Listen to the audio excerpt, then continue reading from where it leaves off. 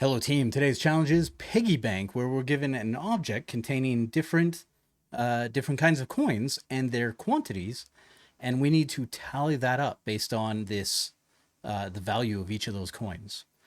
It seems pretty straightforward, so we're just going to jump right in. I'm going to copy this and bring it over to our code, at which point we're going to make a lookup, right? We've done that plenty of times. I'm going to call this one, coin values. That seems like a good name. And paste it in. Brilliant. Okay. There is a tab in here. And if you've seen me do this before, whenever we copy those those tables from the instructions to the code tab, we get these little tabs, right? We can use that along with the $sign to grab multiple cursors. If you can't do multiple cursors or don't want to, you just need to go in and clean each one of these up, turning it into a colon and adding an optional space. The space is just a nicety. And then jumping to the end of each line and adding a comma so it's a proper object. Could we have used a map in here? Yeah, but it's pretty simple today. So we'll leave it where it is. Down here, we set up total. So total is going to be equal to 0, and we need a way to loop through the object. Now, a lot of people are going to go object.entities, putting coins in there, and then they're going to loop through that way. But we can actually loop through the object directly using for in, right? So for let prop, in, I almost did of, let prop in coins, okay? If you set this to of, it expects this to be an array. In is for objects. So we can absolutely do that. The only key here, other than the fact that prop is the same as key, so little joke in there, but the only key to this is that we don't know which one is coming first. We'll be allowed to loop through these keys, these property names, but we have no idea which one is coming first or second or third or last. We don't know, right? That is not a thing that is ever guaranteed to us. I think normally it's alphabetical, so probably dimes first, but no guarantees. So don't hold me to that, okay? But we absolutely can, which means that we go down here and use it. So total plus equals coins, and we use that key to get the value. So we're getting the value of that key inside of coins, and we are multiplying it by coin values also of that key. Brilliant. Okay.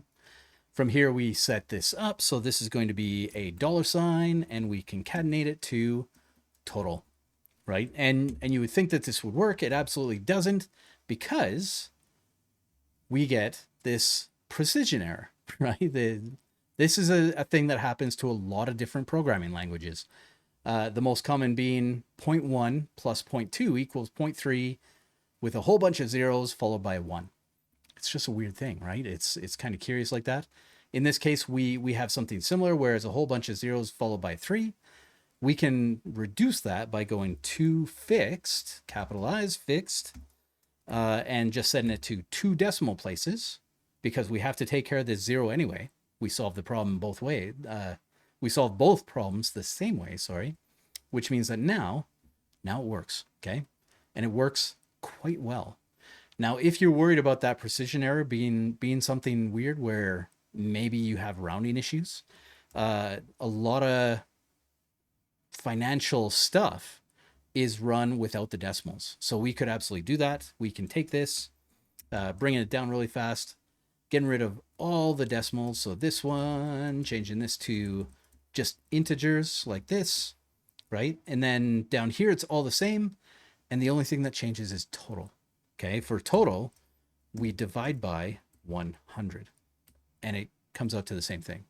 Removes the precision error. We still need to fixed to account for that 0, right? Because I think it's test 4. It absolutely is, where it is an empty piggy bank, right? So there is 0 money in there, but they still want it formatted like this. We need to do the work. Okay, right? One other thing to be aware of is what happens if there are other coins in our piggy bank, right? Maybe we have some Mexican centavos in there or some Chinese Mao. How do we calculate those coins?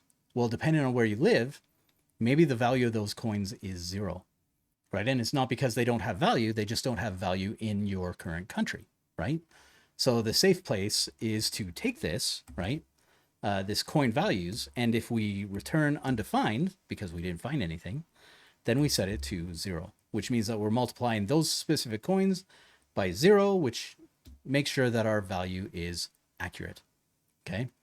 Maybe you wanted this a different way. That's all conversations that you could have in professional work, right? To make sure that you are aligning with business interests, right? But this is it, right? We solved the problem pretty much one way. So not every solution, just hopefully one good solution.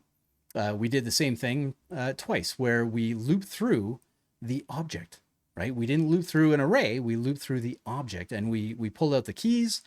Again, no guarantee of which key comes first, which key comes last, but based on those keys, we can do the math, right? And we did that down here as well. It's the exact same thing.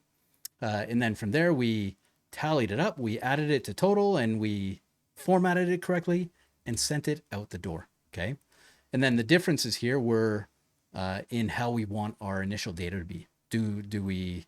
Are we okay with decimals, or do we need it to be integers that we solve for later, right? All those questions are things that you can have with your team, right? Or you can let me know in the comments, which one do you prefer? The decimals, the integers, right? Did you go a different way? Do you like this? Do you hate it? All that good stuff, right? Let me know in the comments. Otherwise, today this has been Piggy Bank, and I will see you tomorrow.